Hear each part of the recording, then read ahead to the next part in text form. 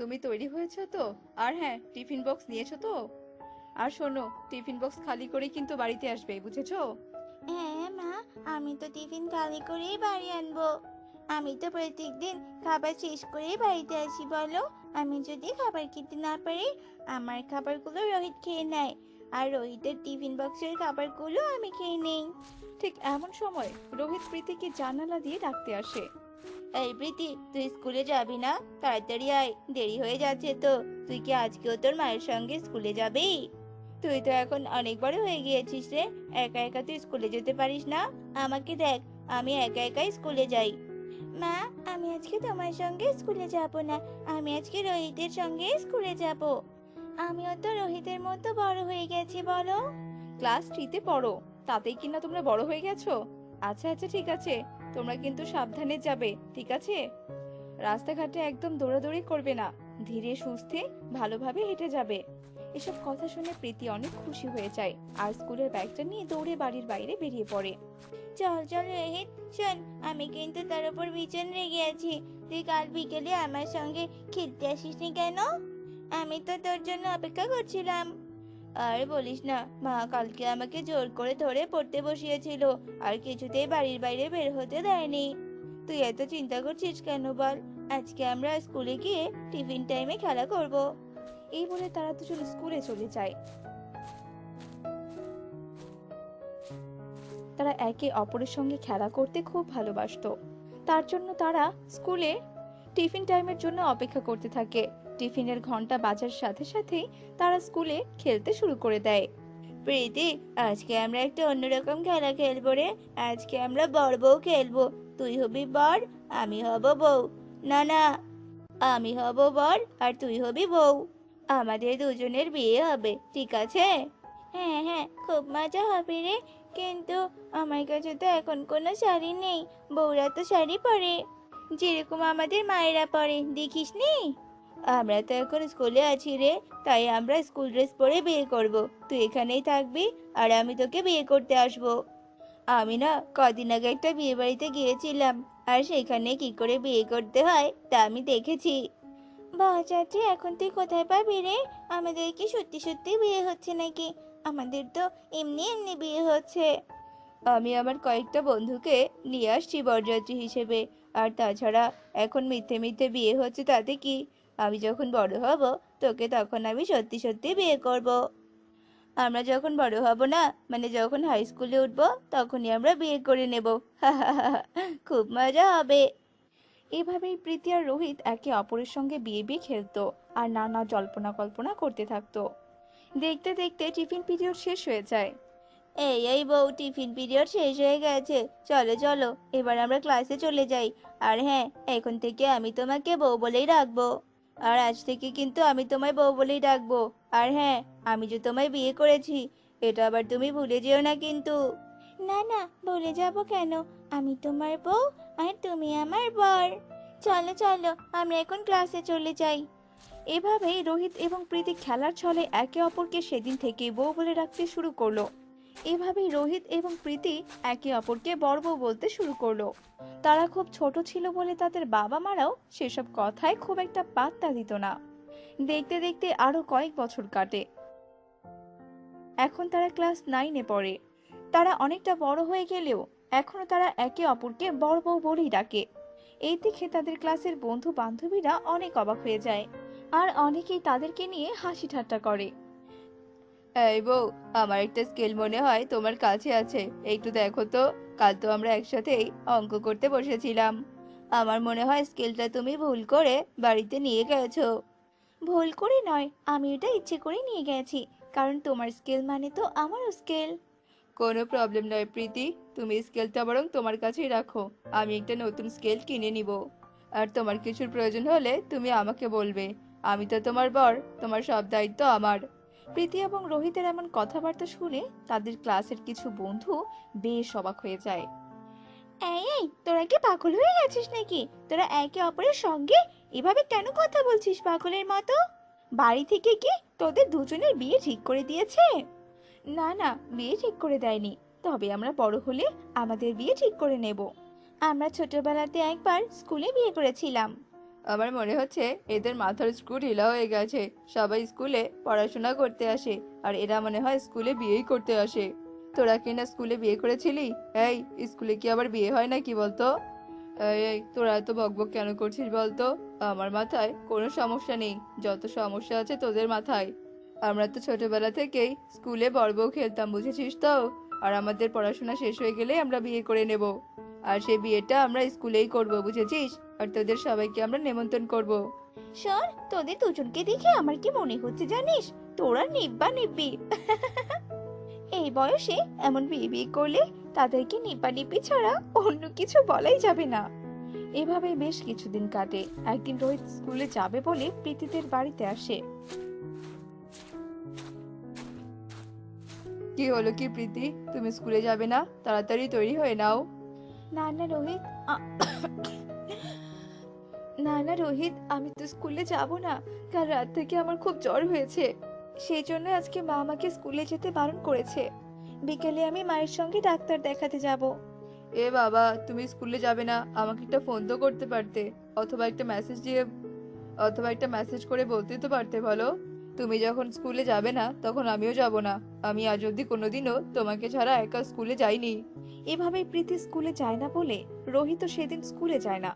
অন্যদিকে স্কুলে roll call করার সময়, রোল নাম্বার 16 রোহিত। এ কি, রোহিত আজকে স্কুলে আসেনি? ও তো কখনো স্কুল মিস করে না। এই, কেউ কি বলতে পারবে আজকে রোহিত কেন স্কুলে আসেনি?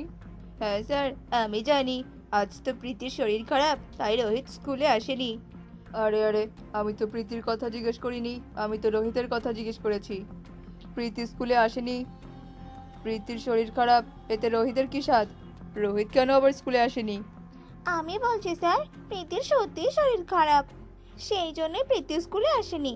আর প্রীতি স্কুলে আসেনি বলে রোহিতও স্কুলে আসেনি। মানে তোমরা কি বলতে চাইছো বলো তো? স্যার, আপনি হয়তো জানেন না, ওরা দুজন বর বউ। বউয়ের শরীর খারাপ বলে বর স্কুলে আসেনি।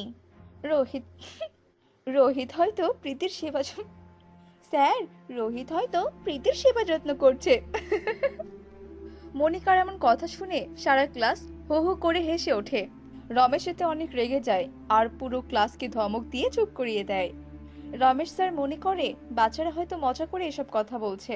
সেই কারণে রমেশ স্যার প্রীতি এবং রোহিতের উপর নজর রাখা শুরু করে। সে দেখে যে রোহিত এবং প্রীতি সবসময় একসঙ্গেই থাকে। একদিন রমেশ স্যার প্রীতি এবং রোহিতের বাবা মাকে স্কুলে ডাকে। আপনারা আপনাদের ছেলে মেয়েদের কি শিক্ষা দিয়েছেন বলুন তো? স্কুলে এসে কিনা বিয়ে বিয়ে খেলা হচ্ছে? ওরা তো এখন যথেষ্ট বড় হয়েছে নাকি? ওরা তো আর এখন বাচ্চা নয়। স্কুলের সবাই ওদেরকে বড় বলে ডাকছে, এমনকি ওরা নিজেরাও একে অপরকে বড় বলেই সম্বোধন করে। আসলে স্যার হয়েছে কি, ওরা তো খুব ছোটবেলার বন্ধু, তাই ওরা একে অপরের সঙ্গে এভাবেই কথা বলে। ওরা তো এখনো বাচ্চা, বলুন, ওদের মাথায় কি আর এত বোধবুদ্ধি হয়েছে? এখন ওরা ক্লাস 9-এ পড়ে, এরকম একটা বড় ব্যাপারকে ছোট ব্যাপার বলে গণ্য করা যাবে না। আগে ওরা পড়াশোনা অনেক ভালো ছিল, কিন্তু এখন দুজনেরই লেখাপড়ায় কোনো মন নেই। আমি এখানে আপনাদের এজন্যই ডেকেছি, আপনারা দুজনকে আলাদা করার ব্যবস্থা করুন, তা না হলে দুজনেরই ভবিষ্যৎ খুবই খারাপ আছে। কোন দিন আবার সত্যি সত্যি বিয়ে করে বসে। এভাবে রমেশ স্যার প্রীতি এবং রোহিতের বাবা মাকে অনেক অনেক কথা শোনাতে থাকে। প্রীতি এবং রোহিতের মতো স্টুডেন্টদের আমি আমার স্কুলে রাখতে পারবো না। আমি হেড স্যারকে দরখাস্ত দিয়েছি। এবার আপনারা আপনাদের ছেলে এবং মেয়েদের ভবিষ্যৎ এবার আপনারা আপনাদের ছেলে মেয়েদের ভবিষ্যতের কথা ভাবুন। এভাবেই রোহিত এবং প্রীতিকে স্কুল থেকে বের করে দেওয়া হয়। রোহিত মধ্যবিত্ত রোহিত মধ্যবিত্ত পরিবারের একজন ছেলে ছিল। রোহিত তার বাবা মা রোহিতকে তার বাবা মা অনেক বকাবকি করে, যেন সে প্রীতির সঙ্গে চলাফেরা করা বন্ধ করে দেয়। সেই সাথে রোহিতকে অন্য একটা স্কুলে ভর্তি করে দেওয়া হয়। অন্যদিকে এই ব্যাপারটা প্রীতির জীবনে খুবই গুরুতর প্রভাব ফেলে। প্রীতির বাবা একজন অনেক বড় বিজনেসম্যান ছিল। সব হয়েছে তোমার জন্য, তুমি সে ছোটবেলা থেকে তোমার মেয়েটাকে মাথায় করে রেখেছো। আমি তো তোমাকে অনেক আগেই বলেছি, ওই ছেলেটাকে আমার একদম ঠিক মনে হয় না। ওই আমাদের মেয়েটার মাথা খেয়ে ফেলেছে।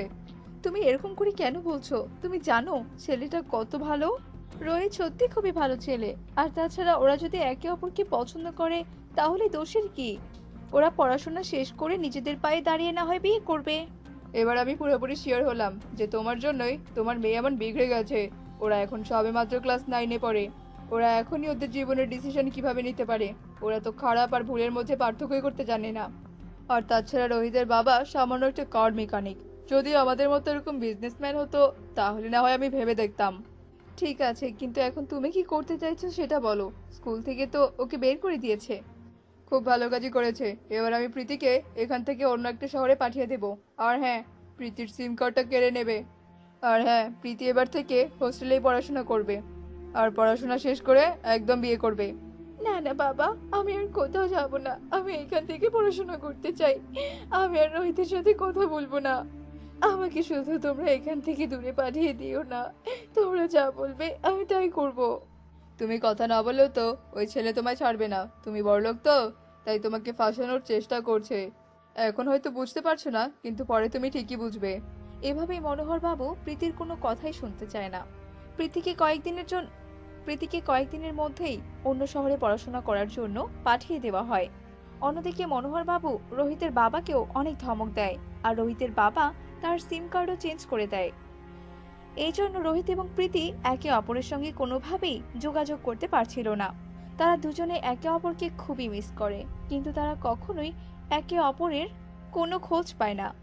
রোহিত এবং প্রীতি দুজনেই মনোযোগ দিয়ে পড়াশোনা করতে থাকে, আর দেখতে দেখতে অনেক বছর কেটে যায়। এবার রোহিত এবং প্রীতি দুজনেই একটা বড় মাল্টিন্যাশনাল কোম্পানিতে চাকরি পেয়েছিল। আর সৌভাগ্যবশত তারা দুজনে একই কোম্পানিতে চাকরি পায়। তারা দুজন একে অপরকে চিনতে ভুল করে না। প্রীতি, তুমি কেমন আছো? তুমি আমাকে চিনতে পারছো? আমি তোমার ছোটবেলার বন্ধু রোহিত। তুমি তো আমার ছোটবেলার বন্ধু নও, তুমি তো আমার ছোটবেলার বর। আমি তোমাকে কিভাবে ভুলতে পারি? রোহিত, ছোটবেলার সব স্মৃতি আমার এখনো মনে আছে। প্রীতি, তুমি যদি চাও তাহলে আমরা আমাদের ছোটবেলার স্বপ্নটা পূরণ করতে পারবো। তোমার মনে আছে তো আমরা কি বলেছিলাম? আমরা আমাদের নিকেতন স্কুলে বিয়ে করব। তোমার সম্মতি থাকলে আমরা সেই স্কুলে গিয়েই বিয়ে করব। প্রীতি খুব সহজে রোহিতের কথায় রাজি হয়ে যায়। তারা একে অপরের বিয়ের ব্যাপারে তাদের বাড়িতে জানায়। যেহেতু তারা এখন প্রতিষ্ঠিত ছিল, তাই তাদের বাড়িতে আর কোনো সমস্যা হয় না। প্রীতি আর রোহিত তাদের ছুটির দিনে তাদের স্কুলের মাঠে চলে যায়। ওই স্কুলের মাঠেই তারা সবাই মিলে বিয়ের আয়োজন করে। এভাবে স্কুলের মাঠে তাদের শুভ বিবাহ সম্পন্ন হয়, আর তারা একে অপরের সঙ্গে হাসি খুশিতেই থাকতে লাগে।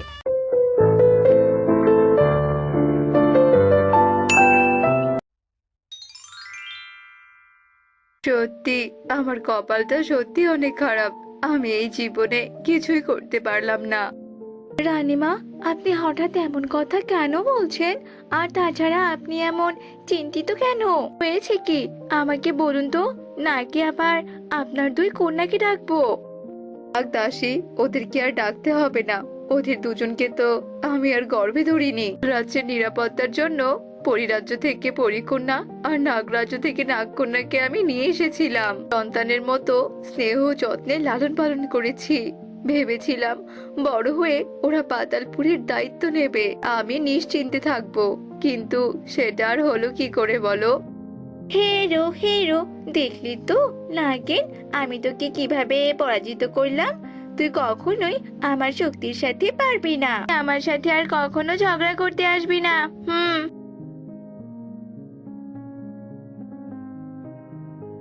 বোকা পড়ি, আমার থেকে তোর শক্তি বেশি তাই তুই অহংকার করছিস, কিন্তু তোর থেকে আমার বুদ্ধি বেশি সেটা বোধহয় তুই ভুলে গেছিস। দিন দেখবি বুদ্ধির জোরে আমি তোর সব অহংকার ধূলিসাৎ করে দেব, আর মায়ের পরে আমি হব পাতালপুরের রানী। আহ, কাটা জায়গাটা অনেক যন্ত্রণা করছে, তাড়াতাড়ি করে ঘরে যাই, কাটা জায়গায় ওষুধ লাগাতে হবে তো। গিয়ে কি নাগিন মা, তোর কি হয়েছে? তোর শরীরে এভাবে কেটে গেল কি করে? তুই আবার পরীর সাথে মারামারি করেছিস তাই না? মা, আমি কেন পরীর সাথে মারামারি করতে যাব? উল্টো পরি তো আমার পায়ে পা বেঁধে ঝগড়া করছে। দেখো আমার কি অবস্থা করেছে, না জানি কোন দিন এই পরি আমাকে মেরেই ফেলে। আরে মা, কখনোই এমনটা হবে না। আমি তোর মা, আর আমি এখনো জীবিত আছি। দাঁড়া, আগে আমি তোর ক্ষতটা সারিয়ে দিচ্ছি, তারপর আমি পরীর বিচার করছি। উফ মা, বড্ড শান্তি পেলাম। কিন্তু মা, একটা কথা, তুমি কিন্তু পরীর লাগামটা টেনে ধরো। পরি দিন দিন যেভাবে বেপরোয়া হয়ে যাচ্ছে তাতে কিন্তু অমঙ্গল হবে। এ নিয়ে তোকে আর ভাবতে হবে না রে মা, আমি এক্ষুনি যাচ্ছি পরীর কাছে। একে একে মা, তুমি এখানে? তুমি হঠাৎ এখানে এলে কেন? আর তাছাড়া তুমি হঠাৎ আমার উপর রেগে আছো কেন? কি হয়েছে মা, বলো তো? কি হয়েছে তুই বুঝতে পারছিস না? দিন দিন তোর কিন্তু বড্ড বার বাড়ছে। নিজের বোনকে আঘাত করতেও তুই দ্বিধাবোধ করছিস না।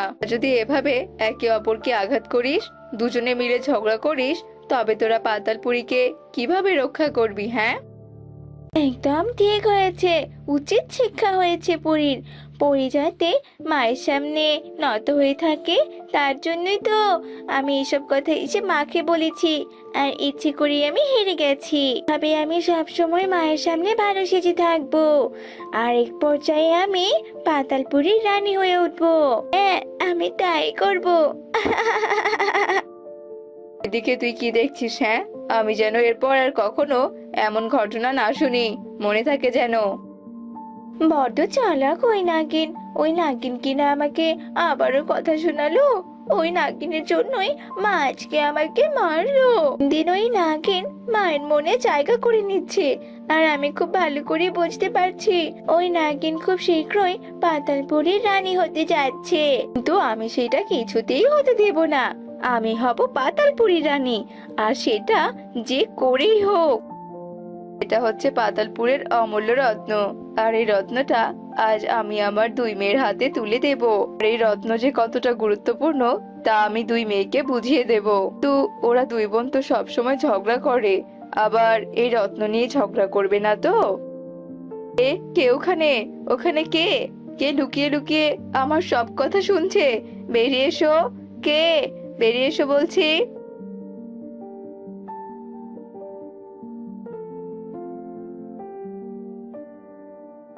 আরে আরে, জানালার পাশে তো কোনো কিছুই নেই।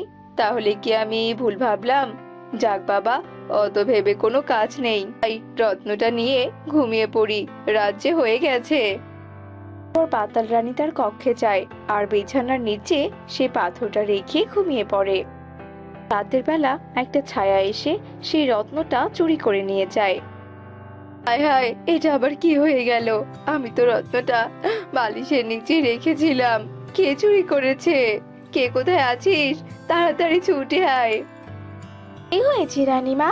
আপনি এভাবে চিৎকার কেন করছেন? বলো, বলুন রানীমা। সর্বনাশ হয়ে গেছে দাসী, আমাদের পাতালপুরের অমূল্য রত্নটা যে হারিয়ে গেছে। বলছো কি মা? আমরা তো পাথরটা চোখেই দেখিনি।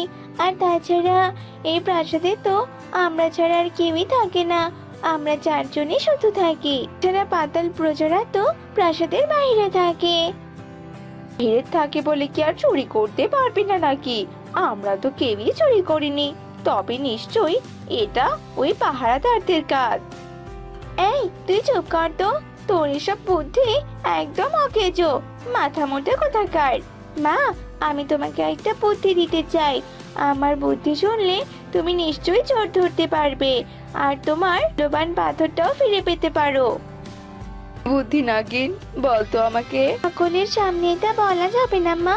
তুমি এইদিকে এসো, আমি তোমাকে বলছি। বেশ ভালো বুদ্ধি। বিকেলে তোমরা তিনজনই আমার কক্ষে আসবে, কেমন? রানীমা, আমরা তো চলেই এসেছি। এবার বলুন, আপনি আমাদের কেন ডেকেছেন? যে এখানে যে ময়দাগুলো দেখছো না, এগুলো তোমাদের, বুঝেছো তো? এই ময়দাগুলো দিয়ে আজ রাতে তোমরা তিনজন আসল অমূল্য রত্নের মতো করে রত্ন বানাবে। আর যদি রত্ন বানাতে পারো, তবে আমি তোমাদের যে রত্নটা বানাতে পারবে আমি তাকে পাতালপুরের রানী করে দেব। আর যে রত্নটা বানাতে পারবে না, আমি তাকে কঠিন শাস্তি দেব। পর তিনজন মিলে ময়দা নিয়ে চলে যায়। রাত জেগে তিনজনই অমূল্য রত্ন বানানোর চেষ্টা করে। এই তো তোমরা তিনজন চলে এসেছো। তবে এবার দেখাও তো কে কি রকম করে রত্ন বানিয়েছো। কে কি দাসী, তুই এটা কি ঘোড়ার ডিম বানিয়েছিস বলতো? অমূল্য রত্ন দেখতে তো এরকম নয়। আরে আরে নাগিন, তুইও তো দেখছি মানচিত্রই বানিয়ে এনেছিস। কে কি পড়ি, তুই এত সুন্দর করে নিখুঁত ভাবে অমূল্য রত্ন কি করে বানালি? তোরা তো কেউ ওই রত্ন দেখিসনি। না, মানে ইয়ে রানীমা, আসলে চুপ, আর একটা কথাও তুই বলবি না। আমি খুব ভালো করে বুঝতে পেরেছি ওই রত্ন তুই নিজেই চুরি করেছিস। সেই রত্ন দেখেই তুই এটা বানিয়েছিস, তাই না? আমি বলেছিলাম না, তুমি এই বুদ্ধিটা কাজে লাগালে তুমি চোরকে ধরতে পারবে। রত্ন চুরি করে তুই অনেক বড় ভুল করেছিস। এর জন্য তোকে শাস্তি ভোগ করতে হবে। আর চালাক নাগিন, তোমাকে অনেক অনেক ধন্যবাদ। তোমার বুদ্ধির চোরে যে বোকা পরীর কুকীর্তি ফাঁস হলো। আর নাগিন, তুই হবি পাতাল রানী, আর এই দুষ্টু পরী পাবে শাস্তি।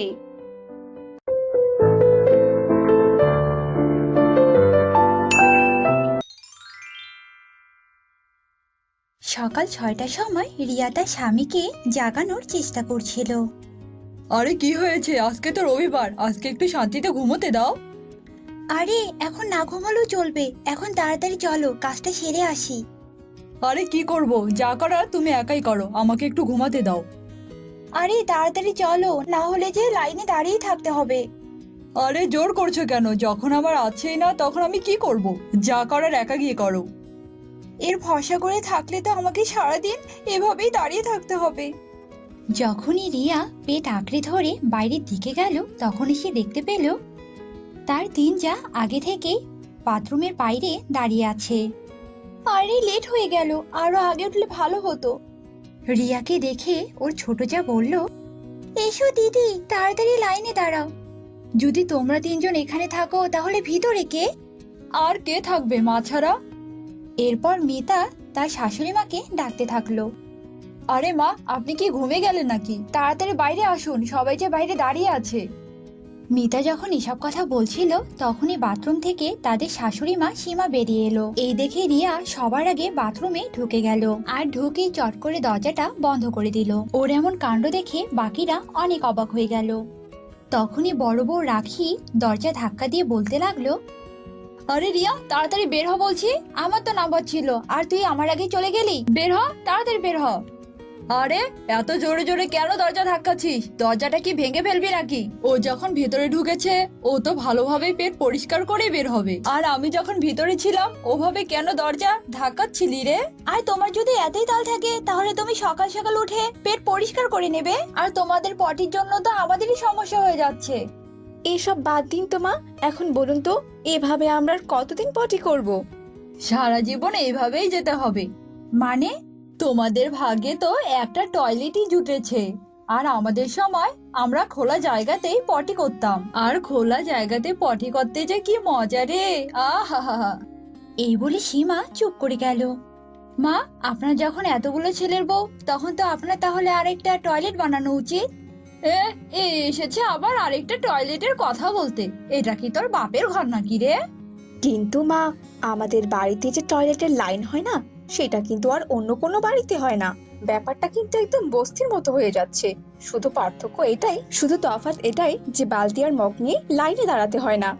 এই কথা বলে বড় বউ বায়ু ছেড়ে দিল, আর সবাই সেখানে নাক চেপে ধরলো। খেয়েছে রে, কি গন্ধ যে বেরুচ্ছে না! ছি ছি, এটা কাজ কে করলো? মা, যে বাড়িতে একটা টয়লেট সেই বাড়িতে তো এমনটা হবেই। এরপর রাখি দরজা ধাক্কা দিয়ে বলতে লাগলো, তাড়াতাড়ি বাইরে বেরিয়ে আয়, না হলে যে এখানেই সব শেষ হয়ে যাবে। আর এভাবেই রাখি আবারও দরজা ধাক্কাতে লাগলো। সীমার যৌথ পরিবার ছিল, আর সেখানে তার 4টি ছেলে আর 4টি ছেলের বউ ছিল। তাদের বাড়িতে 2টি টয়লেট ছিল, কিন্তু একটি ছিল ভাঙ্গা, সেটা কেউ ব্যবহার করতো না। আর এ কারণেই তাদের অনেক কষ্ট হতো। আর তারপরে যদি কোনো আত্মীয় স্বজন আসে, আর তো কোনো কথাই নেই।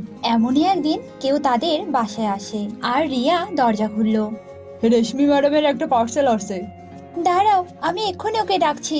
রেশমি, ওই রেশমি, দেখ তোর পার্সেল এসেছে। পার্সেলটি দিয়ে লোকটি চলে যাচ্ছিল, কিন্তু হঠাৎই সে দাঁড়িয়ে বলল, কিছু না মনে করলে আমি একটা কথা বলতে পারি? আমি কি আপনাদের টয়লেটটি ব্যবহার করতে পারি? কেন? কেন মানে, এ তো প্রকৃতির ডাক, যখন তখন আসতেই পারি, আর আমার যাওয়াটা যে খুব দরকার। আচ্ছা দিদি, এখন আবার টয়লেটে কেউ থাকবে না তো? আমি কি জানি, ওকে ভিতরে নিয়ে যা।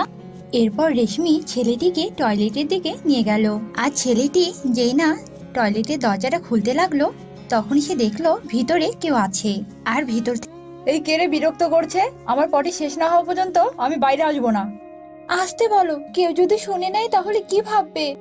শুনলে শুনুক, অন্তত তো মানুষ জানুক আমাদের শয়তান শাশুড়ি কেমন। 4 বউয়ের জন্য শুধু একটাই টয়লেট বানিয়েছে। ক্ষমা করবেন, আপনাকে কিছুক্ষণ অপেক্ষা করতে হবে। কোনো সমস্যা নেই, আমারও তো বেশি প্রয়োজন নেই। এরপর ছেলেটি সেখানে অপেক্ষা করতে লাগলো এবং অনেকক্ষণ অপেক্ষা করার পর যখন কেউ বাথরুম থেকে বের হলো না, তখনই ছেলেটা সেখান থেকে চলে যেতে লাগলো। আর এই দেখে রেশমি পেছন থেকে বলতে লাগলো, আরে দাঁড়ান দাঁড়ান, কোথায় যাচ্ছেন? আপনার কাজটা সেরেই যান। আরে না না, দরকার নেই আমার। আমি এভাবে অপেক্ষা করলে আমার যে এখানেই শেষ হয়ে যাবে। এর থেকে ভালো হবে আমি বাইরের টয়লেটে পটি করব। এই বলে ছেলেটি সেখান থেকে তাড়াতাড়ি চলে গেল। আর এভাবে কয়েক মাস কেটে গেল, কিন্তু ওদের টয়লেটের সমস্যাটা মিটলো না। একদিন সীমা যখন বাড়িতে ছিল না, তখন তারা 4 বউ বসে অনেক কথাই বলছিল। হে ভগবান, কি সময় চলে এলো! একটা টয়লেট কিনা আমাদের সবাইকে ব্যবহার করতে হয়। এই সবকিছু হয়েছে এই শয়তান শাশুড়ি মার জন্য। আরে এসব ছেড়ে এখন এটা বলো যে শাশুড়ি মাকে কি করে দ্বিতীয় টয়লেটটা সারানোর কথা বলবো। ওই টয়লেটটা না সারালে যে আমাদের অবস্থা আরো নাজেহাল হয়ে যাবে। এভাবে কথা শোনার মানুষ উনি নন। আর আমাদেরকে এমন উপায় বের করতে হবে যাতে সাপও মরে লাঠিও ভাঙে না। এখন আমার মাথায় একটা আইডিয়া এসেছে। এখন যদি আমাদের কারো পেট খারাপ হয়ে যায় আর সারাদিন ও টয়লেটেই দিন কাটে, আর তখন তিনি টয়লেট ইউজ করতে পারবে না, তখনই তিনি বুঝবে। ওসব তো ঠিক আছে, কিন্তু কার পেট খারাপ হবে?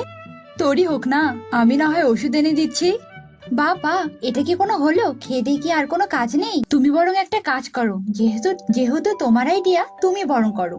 উফ, এবার তোমরা থামো তো। আমাদের কেন পেট খারাপ হবে? যার জন্য আমাদের এত সমস্যা হচ্ছে তারই পেটটা খারাপ হোক। তাছাড়া উনি শাশুড়ি মা হওয়ার সুবাদে তো সবার আগেই টয়লেটে চলে যান, আর আমরা ওনাকে কিছু বলতেও পারি না। হ্যাঁ হ্যাঁ, এটাই ভালো আইডিয়া। আর ওই দিন সন্ধেবেলা ওরা ওদের প্ল্যান অনুযায়ী ওদের শাশুড়িমার খাবারে পেট খারাপের ওষুধ মিশিয়ে দিল। আর কিছুক্ষণের মধ্যে সীমার পেট খারাপ হয়ে গেল। আর সে দৌড়ে বাথরুমের দিকে যেতে লাগলো। আর তখনই রেশমি তাড়াতাড়ি করে বাথরুমে গিয়ে দরজা লাগিয়ে দিল। আর সীমা দরজায় ধাক্কা দিয়ে বলতে থাকলো, এই তুই সারাদিন সময় পেলি না? আমি যেই না বাথরুমে ঢুকে যাব, তুই তখনই ঢুকলি। কিছুক্ষণ পর রেশমি বাথরুম থেকে বেরিয়ে এলো। আর সীমা তাড়াতাড়ি করে বাথরুমে গেল আর ফ্রেশ হয়ে নিজের ঘরে চলে গেল। আর ঘরে চলে যাওয়ার পরই তার পেট আবারও গুড়গুড় করতে লাগলো এবং সে আবারও টয়লেটের দিকে যেতে লাগলো। আর তখন মিতা টয়লেটের দিকে যেতে থাকলে সীমা তাকে আটকে বলল, আরে আয়, তাড়াতাড়ি আয়, আমি যে আর আটকে রাখতে পারছি না। পড়ে গেলে তো তোকেই পরিষ্কার করতে হবে। আমারও খুব জোরে পেয়ে গেছে মা, তুমি একটু দাঁড়াও, আমি এই যাচ্ছি আর এই আসছি। এই বলে সে টয়লেটে চলে গেল। আরে আয় রে, তাড়াতাড়ি আয়। কিছুক্ষণ পর রাখিও সেখানে এসে সীমাকে জিজ্ঞাসা করলো, কি হয়েছে মা, আপনার পেট খারাপ নাকি? হ্যাঁ রে, তাই তো মনে হচ্ছে রে। তখন থেকে পেটের মধ্যে গুড়গুড় করছে, কিন্তু এই পোড়ামুখী কখনই বাথরুমে গেছে, এখন আসার কোনো নামগন্ধ নেই তার। এবার বুঝতে পারলেন তো মা, দ্বিতীয় টয়লেট থাকলে আপনার আর এত সমস্যা হতো না। তাই তো বলি, বড় ফ্যামিলিতে দুটো টয়লেট থাকা দরকার। ঘর যতই বড় থাকুক, কিন্তু 2-3টা টয়লেট থাকা চাই। হ্যাঁ মা, তুমি ঠিক কথাই বলেছো। কাল যদি আমার মতো কারো সমস্যা হয় তাহলে তো এমনটাই হবে। এবার আমি বুঝতে পেরেছি, কালকেই আমি দ্বিতীয় টয়লেটটা সারিয়ে নেব। এই বলে সীমা সেখান থেকে চলে গেল। আর 4 বউ খুশি হয়ে বলতে লাগলো, আজকে আমাদের মিশন কমপ্লিট হলো। আজ থেকে আর কাউকে বাথরুমের জন্য এত কষ্ট করতে হবে না। আমরা সবাই শান্তিতে পটি করতে পারবো। বউ, ও বউ, কোথায় গো তুমি? এই তো আমি রান্না করছিলাম। কি হলো, এত ডাকছো কেন? বউ, আমি মাঠে যাচ্ছি গো। জমিতে যে গাজরগুলো সব পেকে যাচ্ছে গো, আজ বরং গাজরগুলা উঠিয়ে বাজারে বিক্রি করতে নিয়ে যাব। আচ্ছা যাও, আমি রান্না করে নেই, এসে খেয়ে যেও। আচ্ছা ঠিক আছে, তবে তুমি যাও। অনেক গাজরই তো উঠালাম, আর একা একা হয় না। গাজরে যে অনেক মাটি আছে, আশেপাশে কোনো পুকুর থাকলে একেবারে ধুয়ে নিয়ে যেতে পারতাম। রমিজ ভাই, এবার গাজরের যে দাম, তুমি তো একেবারে লালে লাল হয়ে যাবে গো। দোয়া করো ভাই, গরিব হয়ে বাচ্চাদের মুখে খাবার না দিতে পারার যন্ত্রণা সেটা যে একমাত্র আমি বুঝি। এর মতো কষ্ট যে আর আর কিছুই নেই ভাই। হ্যাঁ ভাই, ঠিক কথাই বলেছো। আজকাল জিনিসপাতির যে এত দাম, চাকরিজীবীদের কিছুই করতে হয় না, যত সব কষ্ট পার করতে হয় যে আমাদেরই। ঠিকই বলেছো ভাই। জানি না এই গাজরগুলো কত দামে বাজারে বিক্রি করতে পারবো। ভাই, এই গাজরগুলো কোনো পুকুর থেকে পরিষ্কার করে তারপর বাজারে নিয়ে যাও, তাতে তোমার কষ্ট একটু কম হবে। কিন্তু ভাই, আশেপাশে তো কোনো পুকুর দেখছি না, তাহলে নিয়ে যাবো কোথায়? আর আমাদের বাড়ির চারপাশে তো কোনো পুকুর নেই। রমিজ ভাই, ওই যে জঙ্গল দেখছো, হ্যাঁ ওই জঙ্গলের ভিতরে একটা পুকুর আছে। আমি একদিন দেখেছিলাম, কিন্তু আমি কোনোদিনও যাইনি ওই পুকুরে। আমাদের পুকুর আছে তো, তাই আর যাওয়া হয়নি। ভালো উপকার করলে ভাই, তাহলে আমি বরং গাজরগুলা ওই পুকুর থেকেই ধুয়ে আনি। আচ্ছা ভাই ভাই, তবে যাও যাও, তবে সাবধানে যেও কেমন, জঙ্গল তো। আমি শুনেছি জঙ্গলের ভিতরে অনেক জিন ভূত থাকে। আরে না না ভাই, আমার কিচ্ছুটি হবে না। আর তুমি তো দেখছি বেশ ভীতু। হ্যাঁ হ্যাঁ, ঠিক বলেছো। আমার একটু আবার ভূতের ভয় করে। তুমি তাহলে যাও ভাই, হ্যাঁ আমি বাড়িতে গেলাম, আমার আবার অনেক কাজ আছে। আচ্ছা আচ্ছা ভাই, আচ্ছা। আরে আরে, এই তো পুকুরটা পেয়ে গেছি, কিন্তু পুকুরের জল এমন নীল কেন? ধুর, নীলফিল সে যাই হোক, আমার গাজরগুলো ধোয়া হলেই তো হলো। আরে আরে আরে, আমার গাজরগুলো সব সোনা হয়ে গেল কি করে? এতগুলো সোনার গাজর দিয়ে এখন আমি কি করব? না না, যাই যাই, এগুলো নিয়ে আমি বাড়ি চলে যাই। বউকে গিয়ে বলি, দেখি সে কি বলে। বউ, ও বউ, কোথায় তুমি?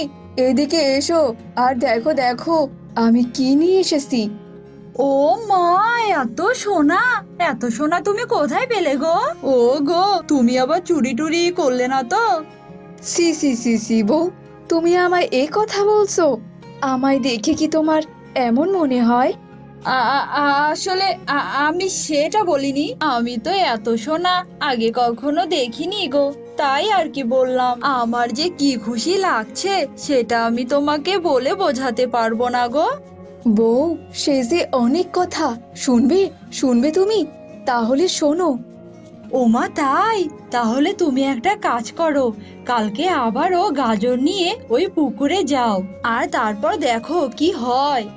কিন্তু আমার যে ভীষণ ভয় করছে, যদি আবার কিছু হয়। ভিতর ডিম, আগে গিয়ে তো দেখো। আর তাতেই তুমি ভয় পাচ্ছ? তুমি বুঝতে পারছো না, এই গাজর যদি সোনা নিলে কিছু হয় তখন কি করবে? আর সেজন্যই তো আমি আবারও তোমাকে যেতে বলছি। হ্যাঁ, ঠিক কথা বলেছো তো বউ। আচ্ছা, ঠিক আছে, কাল বরং আমি আবার গিয়ে দেখবো। আচ্ছা, এবার খেতে এসো, অনেক রাত হয়ে গেছে। হ্যাঁ গো, সত্যি যদি এই সোনা নিলে আমাদের কিছু না হয়, তাহলে তো আমরা অনেক বড়লোক হয়ে যাব গো। হ্যাঁ হ্যাঁ বউ, তুমি একদম ঠিক কথা বলেছো। আর তখন দেখবে আমরা কত গরিব দুঃখীদের সাহায্য করি। তুমি যাও, এখন ঘুমিয়ে পড়ো, আর আমি এগুলো গুছিয়ে যাচ্ছি। বউ, আমি আমি তাহলে গেলাম। আচ্ছা যাও, তাড়াতাড়ি বাড়িতে ফিরে এসো কিন্তু। আজ তো আবারও যাচ্ছি সেই নীল পুকুরে। জানি না বাবা, আজ আবার কপালে কি আছে। আর না গেলে যে বউ আমায় আস্ত রাখবে না। ও মা, আজ আবার সব সোনা হয়ে গেল। এ কি আজব পুকুর রে বাবা, আমার তো এসব বিশ্বাসই হচ্ছে না। যাই যাই, আজ বাড়ি গিয়ে দেখি আর বউকে সবটা বলি। দেখি বউ কি বলে। বউ, আরে ও বউ, কোথায় গেলে গো তুমি? আরে এই তো আমি, এভাবে ডাকছো কেন? চিৎকার কি আর সাধে করছি? এই দেখো, আজ আবার কি এনেছি। ও মা, কি গো? ওটা আবার কি পুকুর গো, যে কিছু ধুলেই সোনা হয়ে যাচ্ছে?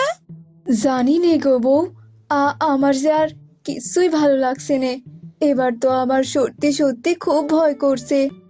আরে ভয়ের কিছু নেই, কালকে আমাকে ওই পুকুরের কাছে নিয়ে যেও তো। আমার যে পুকুরটা দেখতে খুবই ইচ্ছে করছে। আচ্ছা আচ্ছা, তোমাকে তাহলে আমি কালকেই নিয়ে যাব। ও মা, এটা তো দেখছি নীল জলের পুকুর। আমি তো এমন পুকুর আগে কখনো দেখিনি, এ আবার কেমন পুকুর গো? আরে আরে, তুমি আবার কি করে পড়লে? একটু দেখে চলবে তো নাকি? পড়েই যখন গিয়েছি তবেই নীল জলে একটা ডুব দিয়ে যাই, কি বলো? আচ্ছা, ঠিক আছে, তোমার যখন এত ইচ্ছে করছে তখন একটা ডুব দাও না হয়। আরে, এ আবার কি হলো? আমার বউটা যে সোনা হয়ে গেল। এখন আমি কি করব?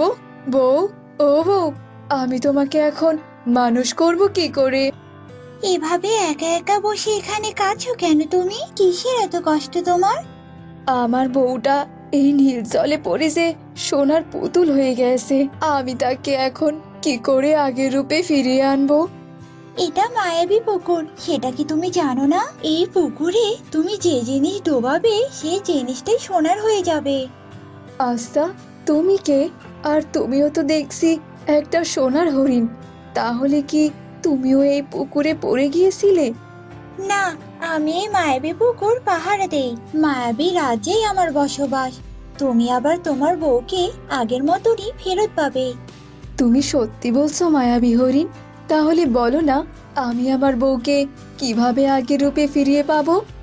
বনের ভিতরে বাকুল নামের একটা গাছ আছে। সেই বাকুল পাতার রস দিয়ে তুমি যদি তোমার বউকে গোসল করাতে পারো, তোমার বউ আবারও আগের রূপে ফিরতে পারবে। তোমাকে অনেক ধন্যবাদ হরিণ।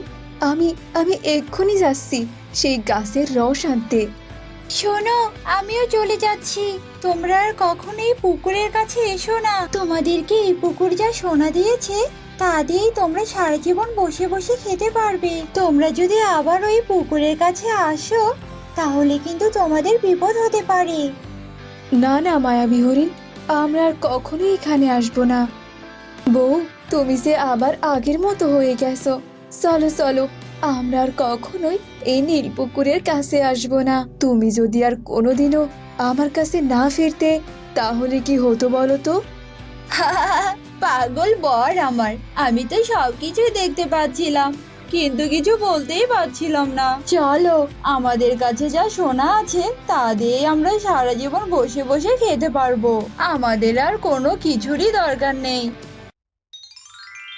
অনেকদিন আগের কথা, পৃথিবীতে থাকা পরীদের মতো লাল, নীল, গোলাপি এবং বিভিন্ন রকমের পরী চাঁদের দেশে বাস করত বলে তাদেরকে বলা হতো চাঁদ পরী। একবার হঠাৎ এক চাঁদ পরী পৃথিবীর ফুলের গন্ধে বিমোহিত হয়ে নেমে এলো পৃথিবীর জঙ্গলে। আর সেখানে এসে ফুলের সুবাসে ঘুরে বেড়ালো ইচ্ছে মতো এদিক সেদিক। আরে, এটাই তো সেই সুবাস যার গন্ধে মাতাল হয়ে আমি এখানে নেমে এসেছি এই পৃথিবীতে। আহা, কি সুন্দর এই ফুল, কি সুন্দর চারপাশ। মনে হচ্ছে যেন বাকি জীবনটা এখানেই কাটিয়ে দেই। এই তো পেয়েছি তোকে। অবশেষে এক চাঁদ পরি ধরা দিল আমার হাতে। উফ, ব্যথা লাগছে তো। ছেড়ে দে আমাকে, বলছি শয়তান। ছেড়ে দেব বলে তোমায় ধরা হয়নি চাঁদ পরি। ওস্তাদ, ওটাকে আমার হাতে দিন। কেন ওস্তাদ, ওটাকে আমার হাতে দিন। চুপ, হাদারামের দল। আমি জানি একে তোদের হাতে দিলেই তোরা টুপ করে খেয়ে ফেলবি একে। আর তাহলে তো আমার সাধনা পূর্ণ হবে না। এসব কি হচ্ছে? আমি তো কিছুই বুঝতে পারছি না। আর তাহলে শোন, আমি হলাম ফুলের ভেতরে থাকা দানব। আমাকে শক্তিমান হতে হলে আর আমার পূর্বপুরুষদের জাগিয়ে তুলতে হলে আমার দরকার চাঁদের শক্তি। আর তা কেবল একমাত্র তুই এনে দিতে পারবি। তাই তো তোকে ধরেছি। ঠিক তাই, তাই তো ওস্তাদ এমন সুন্দর মনোমুগ্ধকর ফুলের পরিবেশ করেছেন। ঠিক বলছি না ওস্তাদ? হিরে চাঁদপরি, এবার বুঝলি তো? এবার চল আমার আস্তানায়, সেখানে গিয়েই তোর ব্যবস্থা করতে হবে। তোকে আগে বলেছিলাম দলে মালবি না, এখন দা বলটা জঙ্গল থেকে নিয়ে আয়। আমি ব্যাটিং এ আছি, তোরা ফিল্ডিং এ আছিস, বল তোরাই নিয়ে আসবি। না, আমি যাব না। আমার ভয় করলে তুই ব্যাট দিয়ে মেলেতিস, তুই নিয়ে আয়। আরে, আবার তোদের ঝগড়া শুরু হয়ে গেল। চল, আমরা তিনজনে গিয়ে বল খুঁজে নিয়ে আসি। তাই বললে জঙ্গলে অত ভেতরলে যাবি তোলা? দেখলি তো কাকে সঙ্গে নিতে চাচ্ছিস? আরে হাদারাম, এটা কি আর সুন্দরবন যে এখানে তোর জন্য রয়্যাল বেঙ্গল টাইগার অপেক্ষা করে থাকবে? আহা, চুপ কর দেখি। আমিও যাবো তোদের সঙ্গে। ভালোই ভালোই শোন চাঁদপুরি, আজ পূর্ণিমা আর সেই মহেন্দ্রক্ষণ যে রাতে পূর্ণ চাঁদ উঠবে আকাশে, আর তুই তোর জাদুর দণ্ড দিয়ে সেই চাঁদকে এনে দিবি আমার হাতে। এরপর আমি সেই চাঁদ ভক্ষণ করে আমি জাগ্রত করব আমার পূর্বপুরুষদের। তারপর থেকে আমাদের ওস্তাদ হবে পৃথিবীর সবচেয়ে শক্তিশালী। এই ফুলের ভেতরে থাকা দানব শাসন করবে গোটা পৃথিবী। মূর্খ শয়তান, তোদের এই আশা কোনোদিনও পূর্ণ হবে না। তাই বলছি, এখনো সময় আছে, ছেড়ে দে আমায়। এত দেমাক ভুলে যাস না, তুই আমার হাতে বন্দি। এখনো বলছি, সময় থাকতে জাদু শক্তি দিয়ে চারটা আমার হাতে এনে দে, নইলে তোর পরিণাম কিন্তু মোটেই ভালো হবে না। একদম ঠিক। শুনুন ওস্তাদ, একবার কাজ হয়ে গেলে আপনি বরং ওটাকে আমার হাতে তুলে দেবেন। ওটাকে আমি তেলে ভেজে মাছ মাছ করে খাবো। হ্যাঁ, খাবারের কথা বলে দিলি তো খিদেটাকে চাঙ্গা করে। ওস্তাদ, এবার কিন্তু পেটটাকে আর সামাল দিতে পারছি না, এবার তো কিছু খেতেই হবে। হ্যাঁ সত্যি ওদেরকে নিয়ে আর পারা গেল না। তবে বেশ, চল দেখি কোনো শিকার পাওয়া যায় কিনা। আর ততক্ষণ এই পরীটা এখানেই বন্দি থাকো। আমি পারছি না, কেউ আমাকে বাঁচাও। পৃথিবীতে কি এমন কেউ নেই যে আমাকে বাঁচাতে পারে? কে আছো? আমাকে বাঁচাও, বাঁচাও আমাকে। কে আছো? আমাকে বাঁচাও। এই দাঁড়া, তোরা কি শুনতে পাচ্ছিস? কেউ মনে হয় একজন সাহায্য চাইছে। ওই, আমি তো কোনো শব্দ শুনতে পাচ্ছি না। আসলে তুই থপথমায় রহস্যের গন্ধ পাত, তাই না? এখানেও আমার তো মনে হচ্ছে আওয়াজটা এই গুহার ভিতর থেকে আসছে। চল তো গিয়ে দেখি একবার। তার মানে এই গুহার ভিতরে ঢুকবি তোরা?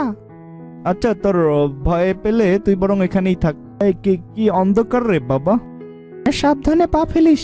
আরে ওই তো আলো দেখা যাচ্ছে। এ কি, এ তুমি? আর কারাই তোমাকে আটকে রেখেছে?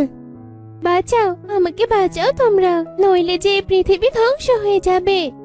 ওলে মারলে, ওলে বাবালে, ওলে মারলে। এ কি সবুজ, তুই এখানে কেন? তুমি দেখলাম কতগুলো ভয়ঙ্কর দানব এই গুহার মধ্যে এগিয়ে আসছে, তাই তোদেরকে খবর দিতে এখানে এলাম। আর দয়া করলে তল এখান থেকে, নইলে দানবেলা ক্ষতি মেলে ফেলবে আমাদেরকে। লুকাও, লুকাও তোমরা। ও ঠিক বলেছে, দানবেরা খুবই খারাপ। তালহা, সবুজ আর রোহান গুহার এক কোণে লুকিয়ে পড়লো, কিন্তু শয়তানরা গুহার ভিতরে না প্রবেশ করে অন্যদিকে চলে গেল। আর তখন তালহা ও তার বন্ধুরা বেরিয়ে আসে আড়াল থেকে। এবার বলো পরি, কে তুমি? আর কে বা তোমাকে এখানে আটকে রেখেছে? শোনো তাহলে, আমি হলাম চাঁদপরি। চাঁদের দেশেই আমি থাকি, কিন্তু ওই শয়তান দানবেরা আমাকে এখানে আটকে রেখেছে। এতে কি বা তাদের স্বার্থ? ওরা আমাকে দিয়ে চাঁদকে নিচে নামিয়ে ভক্ষণ করবে, আর একবার চাঁদ ভক্ষণ করলে পুরো পৃথিবীর লোকেরা মারা যাবে, আর আর মৃত দানবেরা জাগ্রত হবে। তাই তোমাদেরকে এক্ষুনি চাঁদের দেশ থেকে চাঁদকে লুকিয়ে আমার কাছে আনতে হবে, তাহলে আমি চাঁদ থেকে আবার পূর্ণ শক্তি নিয়ে এই দানবদের মারতে পারবো। কি বলছো এসব? আমি তো কিছুই বুঝতে পারছি না। আর তাছাড়া চাঁদেই বা আমরা পৌঁছবো কি করে? চুপ কর তোরা, যে করেই হোক আমাকে এটা করতেই হবে, নইলে যে পৃথিবী ধ্বংস হয়ে যাবে। তুমি বলো চাঁদপরি, কি করে চাঁদকে আমি তোমার কাছে আনবো? এই যে তালহা, এই নাও আমার জাদুর কাঠি। এই জাদুর কাঠিকে তুমি শুধু বলবে ঝিলিক মিলিক ঝিলিক চা, তখনই এই জাদুর কাঠি তোমাকে চাঁদের দেশে নিয়ে যাবে। এরপর এই কাঠির সাহায্যে চাঁদকে ছোট করে লুকিয়ে আমার কাছে আনবে। তবে সাবধান, চাঁদ কিন্তু দানবদের হাতে গেলে ভয়াবহ অবস্থা হয়ে যাবে। তুমি একদম চিন্তা করবে না, আমি এক্ষুনি চাঁদকে নিয়ে আসছি তোমার কাছে। আর হ্যাঁ, ততক্ষণে তোরা চাঁদপরির লোহার খাঁচাটা নিয়ে গুহা থেকে বাইরে যেয়ে লুকিয়ে থাক। এই বলে তালহা চাঁদপুরের কাছ থেকে জাদুর কাঠিটা নিয়ে দৌড়ে গুহার বাহিরে আসে। এরপরে জাদুর কাঠি উঁচু করে ধরে বলে, ঝিলিক মিলিক ঝিলিক চা, আমায় চাঁদের কাছে উড়ে নিয়ে যা। ঝিলিক মিলিক ঝিলিক চা, চাঁদ এবার ছোট হয়ে যা। ঝিলিক মিলিক ঝিলিক চা, চাঁদ এবার লুকিয়ে যা। এ কি ওস্তাদ, আকাশে তো চাঁদ নেই। আশ্চর্য, চাঁদটা হঠাৎ গেল কোথায়?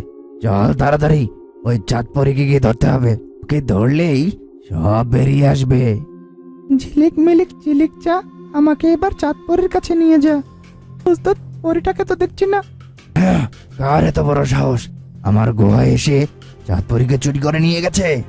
আলহা, এবার দেরি না করে চারটাকে তাড়াতাড়ি আমার হাতে দিয়ে দাও। শয়তানেরা গুহার ভেতরে গিয়েছে, তাই যা করার ওরা আমাকে ধরে ফেলবার আগেই করতে হবে। এই কথা বলতেই আলহা চাঁদটা তুলে দিল চাঁদপরীর কাছে। আর এদিকে চাঁদ হাতে পেয়ে চাঁদপরী আবারও পূর্ণ শক্তি ফিরে পেল, আর সাথে সাথে খাঁচা ভেঙে বেরিয়ে এসে জাদুর কাঠি হাতে নিয়ে বলে উঠল, ঝিলিক মিলিক ঝিলিক চা, গুহার পথ বন্ধ হয়ে যা। এ কি, গুহার দরজাটা ওভাবে বন্ধ হয়ে গেল কেন রে? না না না, এ হতে পারে না। তোরা ওদিকে গিয়ে দরজাটা খোলার চেষ্টা কর। সে কি ওস্তাদ, আপনি এত শক্তিশালী হয়ে আমাকে গুহার দরজা খুলতে বলছেন? হায় হায় হায়, এ আমাদের কি সর্বনাশ হলো! সবই ভন্ডের দোষ। দুদিন ওর গোলামি করেছি, তার বিনিময়ে এভাবে বন্দী হতে হলো। মার, মার ওটাকে। আরে আরে, ছেড়ে দে আমায়, আমি তোদের বস। ওদিকে দুই ছোট শয়তান মিলে যখন বড় শয়তানকে মারছিল, তখন সে শুধু আহ ও